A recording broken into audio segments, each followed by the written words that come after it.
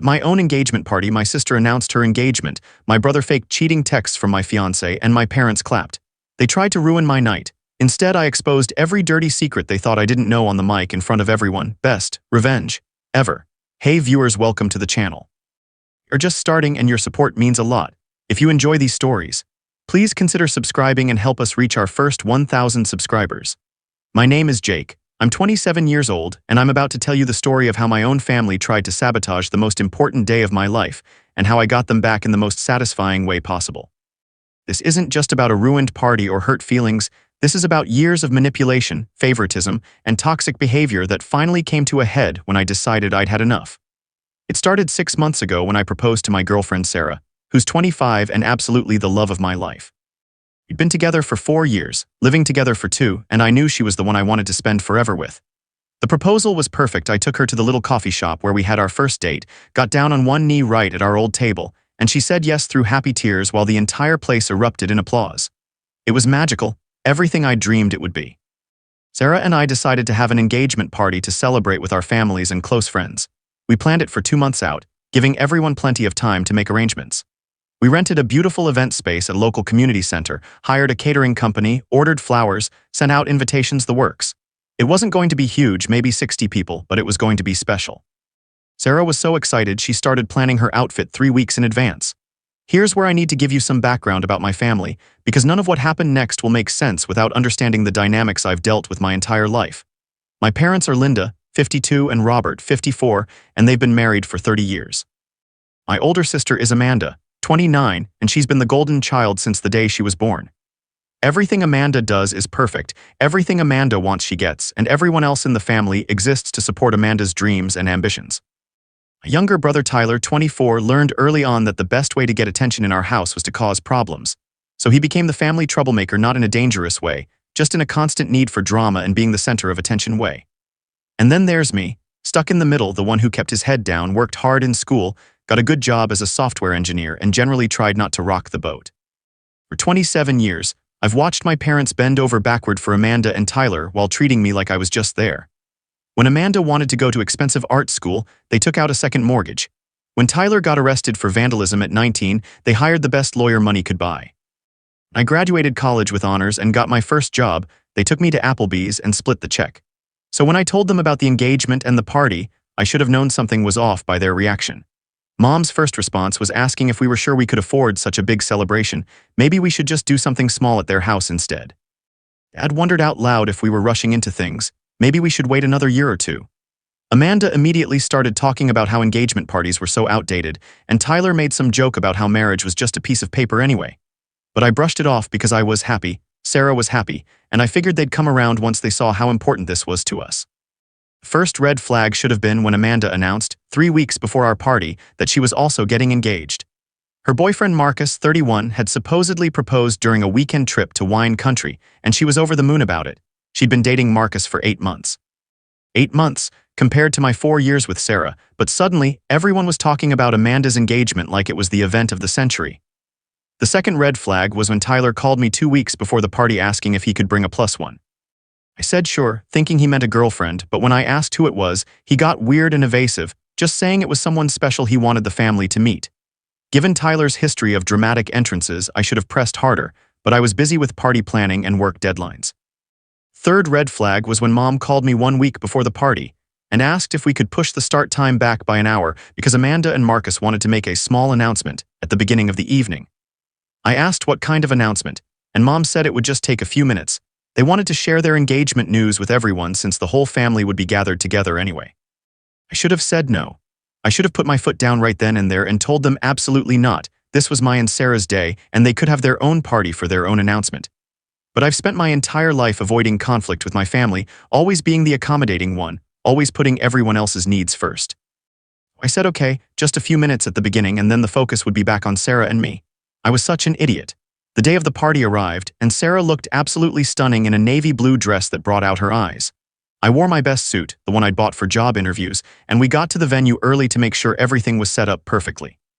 The flowers looked beautiful, the catering staff was professional and ready, and the space was decorated exactly how we'd envisioned it. Sarah kept squeezing my hand and smiling, telling me how perfect everything looked, how excited she was to celebrate with everyone we loved. Guests started arriving around 6:30, and for the first hour, everything was wonderful. Sarah's parents came, her mom Margaret, 48, and her dad Tom, 50, along with her sister Emma, 22, who's in college studying to be a teacher. My coworkers showed up, several of our mutual friends from college, Sarah's girlfriends from her job at the marketing firm where she works. Everyone was mingling, drinking cocktails, complimenting the venue and telling us how happy they looked together. My family arrived fashionably late, of course. Mom and Dad walked in with Amanda and Marcus, all of them dressed like they were going to a wedding rather than an engagement party. Amanda was wearing a white cocktail dress white to someone else's engagement party and carrying a small gift bag that she clutched like it contained the crown jewels. Tyler showed up separately with his mysterious +1, who turned out to be our cousin Derek, 26, the family gossip who loved nothing more than stirring up drama and then sitting back to watch the chaos unfold. I should have known Derek's presence meant trouble, but I was trying to be a good host, making sure everyone had drinks and food and felt welcome. At 7:30, right when we were supposed to start the official program with our thank you speech to everyone for coming, Amanda tapped her champagne glass with a fork and called for everyone's attention. "Before Jake and Sarah say anything," she announced, her voice carrying clearly across the room, "Marcus and I have some exciting news we wanted to share with everyone while we're all together." I felt Sarah's hand tighten in mine, but I smiled and nodded, figuring this would be over quickly, and then we could get on with our celebration. Amanda launched into this elaborate story about how Marcus had surprised her with the most romantic proposal ever, how they'd been keeping it secret for weeks because they wanted to announce it at a family gathering, how they were so excited to start planning their wedding. She held up her hand to show off a diamond ring that looked suspiciously larger than Sarah's, and everyone clapped politely. But then she kept going. "We're thinking about a spring wedding," Amanda continued, "maybe April or May, somewhere really special. We've already started looking at venues, and we found this amazing place up in Napa Valley that would be perfect for an intimate ceremony. We're hoping everyone can save the date because we want all our favorite people there to celebrate with us. Spring wedding. We'd already told everyone we were planning a summer wedding, probably July or August. Amanda knew this because we discussed it at family dinner just 2 weeks earlier. I glanced around the room and noticed that people were starting to look uncomfortable. This wasn't a quick announcement anymore. This was becoming Amanda's engagement party, happening at my and Sarah's engagement party. But it got worse. "Actually," Amanda said, turning to look directly at Sarah and me with this sweet smile that didn't reach her eyes, "since we're all here celebrating engagements, maybe this is the perfect time to start coordinating our wedding plans. We wouldn't want any conflicts, and since Marcus and I are hoping for an earlier date, maybe Jake and Sarah could consider pushing their wedding back to later in the year. Know how much Sarah loves fall colors. A September or October wedding would be so beautiful for her." The room went dead silent. I felt like I'd been slapped. Sarah's face went pale and I could see her fighting back tears. Amanda was literally trying to hijack our timeline, our plans, our celebration, and she was doing it in front of 60 people who had come here to celebrate us. I opened my mouth to say anything, but before I could speak, Tyler jumped in with his own contribution to the chaos. "Actually, as long as we're making announcements," Tyler said, standing up with Derek beside him, "Derek and I have some news too. We've been talking and we think it's time everyone knew the truth about something." Derek pulled out his phone and started scrolling through what looked like screenshots of text messages. "See, Jake," Tyler continued, "Derek showed me these messages from Sarah's ex-boyfriend Kevin, 28, from like 2 years ago. Apparently, Kevin's been trying to get back together with Sarah this whole time and she's been. Maybe she should tell everyone herself what she's been saying back to him." I felt the bottom drop out of my stomach. Sarah grabbed my arm, her face now completely white, shaking her head frantically. "That's not true," she whispered, but Derek was already reading from his phone. "Here's one from last March," Derek announced to the room. "Sarah texting Kevin, 'I think about you sometimes too. I wonder what would have happened if we'd tried harder.' And here's another one from June. 'Jake's a good guy, but he's not very exciting, you know. Sometimes I miss the passion we had.'" The room erupted in uncomfortable murmurs.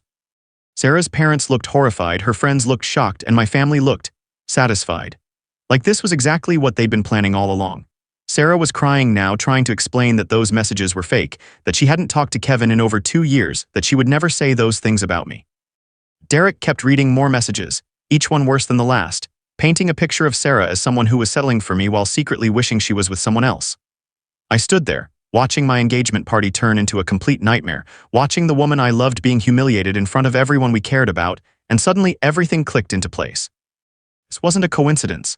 This wasn't a series of unfortunate timing issues. This was a coordinated attack, planned and executed by my own family to destroy the most important relationship in my life. Amanda's engagement announcement was meant to overshadow ours and steal our thunder. Tyler's fake text messages were meant to break Sarah and me up and humiliate her in front of everyone. Derek was there to be the delivery boy, the one who could claim he was just sharing information he'd stumbled across, not actively participating in the sabotage. And my parents were in on it too, I realized, looking at their faces. They weren't shocked or upset by what was happening. Mom looked almost relieved, and Dad was nodding along like this all made perfect sense. They didn't want me to marry Sarah. They didn't want me to have this happiness, this success, this thing that was mine and not about Amanda or Tyler. They wanted to destroy it, and they were willing to humiliate Sarah and ruin our party to do it. But here's the thing about being the quiet, accommodating middle child for 27 years: you learn to pay attention.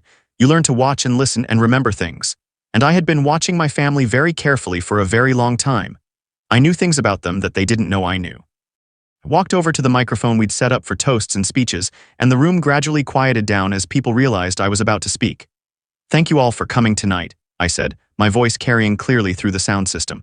"Sarah and I are so grateful to have all of you here to celebrate with us. But before we continue, I think there are a few things everyone should know about what's really going on here." I looked directly at Amanda, who was starting to look nervous. "Amanda, congratulations on your engagement to Marcus. I'm sure you're very excited about your spring wedding plans. I'm curious though, does Marcus know that you're still legally married to your first husband, Daniel, 32, from Las Vegas 3 years ago? Because I have a copy of the marriage certificate right here on my phone, and there's no record of a divorce ever being filed." Amanda's face went bright red, and Marcus turned to stare at her with his mouth open. "That marriage was annulled," Amanda stammered, but I was already moving on. "Tyler, those are some very interesting text messages Derek shared. I'm curious where he got them, since Sarah's been with the same phone number and the same carrier for 6 years, and I happen to know the security protocols they use for message verification. But maybe we should talk about Derek's little side business creating fake social media profiles and fake text conversations for people who want to cause drama. Derek, how much did Tyler pay you for tonight's performance? Was it your usual rate of $500, or did you give him a family discount?" Derek's face went white, and several people in the room pulled out their phones, probably to start fact-checking what I was saying. "Mom, Dad, I'm curious about something else. You've been so concerned about Sarah and me rushing into marriage, so worried about whether we can afford this party, so full of advice about waiting and being careful. But you didn't seem to have those same concerns when you co-signed Amanda's credit cards last year, or when you gave Tyler $8,000 to pay off his gambling debts. Speaking of which, Tyler, how's that going? Have you been back to the casino lately, or are you sticking to online poker these days?" Tyler looked like he wanted to disappear into the floor. "But here's my favorite part," I continued, and now I was starting to smile because I could see exactly where this was going. "This whole elaborate plan to destroy my relationship with Sarah. The fake engagement announcement, the fabricated text messages, the coordinated timing. You all worked so hard to put this together, but you made one crucial mistake." I pulled out my own phone and opened up a recording app. "See, I've been recording all our family conversations for the past 6 months, ever since I started noticing how weird you were all acting about the engagement. It's amazing what people will say when they think nobody's listening carefully. Should I play the recording of Mom and Amanda planning tonight's announcement timing? Or maybe the one where Tyler and Derek are discussing how to make fake text messages look authentic? Or my personal favorite, the one where Dad says, and I quote, 'Jake's gotten too big for his britches lately. Maybe it's time someone knocked him down a peg or two.'" The room was completely silent now. Sarah had stopped crying and was looking at me with something like awe. Her parents looked furious but nodded us at my family. "So here's what's going to happen," I said, setting the microphone down and walking back to Sarah's side. "Amanda, you're going to call Marcus a lawyer first thing Monday morning and get your legal situation sorted out before you plan any more weddings. Tyler, you're going to pay Derek back whatever you paid him for this little show, and then you're both going to leave. Mom and Dad, you're going to sit down and think very carefully about whether you want to have a relationship with Sarah and me going forward, because after tonight, we're done pretending that your toxic behavior is normal or acceptable." I took Sarah's hand and looked out at all our friends and her family, all the people who had come here with genuine love and support. "Everyone else, thank you for being here with us tonight. Sarah and I are still engaged, we're still planning a beautiful summer wedding, and we're still very much in love. The bar is still open, the food is still delicious, and we'd love to spend the rest of the evening celebrating with people who actually care about our happiness." Amanda tried to salvage the situation, started talking about how this was all a misunderstanding, how they were just trying to share in our joy. But Marcus was already walking toward the exit, shaking his head and pulling out his phone, probably to call that lawyer I'd mentioned. Tyler and Derek slunk out without another word, and my parents followed them, Mom muttering something about how ungrateful I was and how they'd just been trying to protect me. But you know what happened next? The party got about 1,000 times better.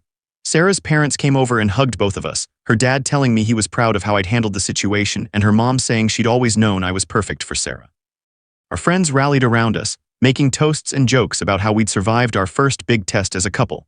Sarah's sister Emma started a story about how she'd never seen Sarah as happy as she'd been since we got together. Sarah pulled me aside about an hour later when the party was in full swing and everyone was laughing and dancing. "How long have you known?" she asked me. "Known what? That they were planning something like this? You were so prepared, so ready with all that information. This wasn't just quick thinking." I smiled and kissed her forehead. "I've known my family my whole life, Sarah. I knew they'd try something to sabotage this. I just didn't know exactly what it would be. So I started paying attention, started documenting things, started preparing for whatever they threw at us. Those recordings you mentioned, do they really exist?" "Oh yes, every word. I've got hours of them plotting and planning and talking about how to break us up. I was saving them for when I really needed them." Sarah looked at me with this expression I'd never seen before, something between admiration and amazement. "You're not the quiet, accommodating guy I thought I was marrying, are you?" "I'm quiet," I said, "but I'm not stupid. I'm definitely not going to let anyone hurt the person I love most in the world, even if they're family." We danced until midnight, surrounded by people who genuinely loved and supported us. We got more sincere congratulations that night than I'd received from my own family in 27 years. The wedding was beautiful, by the way. We had it in July, exactly when we'd originally planned.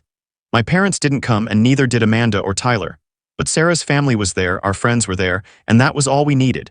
Amanda's engagement to Marcus lasted exactly 3 weeks after our party, just long enough for him to confirm that she was indeed still married to someone else. Tyler had to get a second job to pay off Derek and his gambling debts.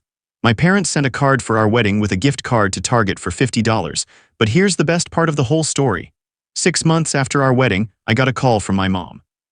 Apparently, Amanda had moved back in with them after Marcus dumped her. Tyler was asking for money again, and they were starting to realize that maybe they'd made a mistake pushing away the one kid who had his life together. Mom wanted to know if Sarah and I would be willing to come to family dinner, maybe work on rebuilding our relationship. I told her I'd think about it and get back to her. I'm still thinking about it. Sometimes the best revenge isn't elaborate payback or public humiliation. Sometimes it's just living well, being happy, and letting toxic people face the consequences of their own actions while you build a beautiful life with people who actually love and support you. Sarah and I bought our first house last month.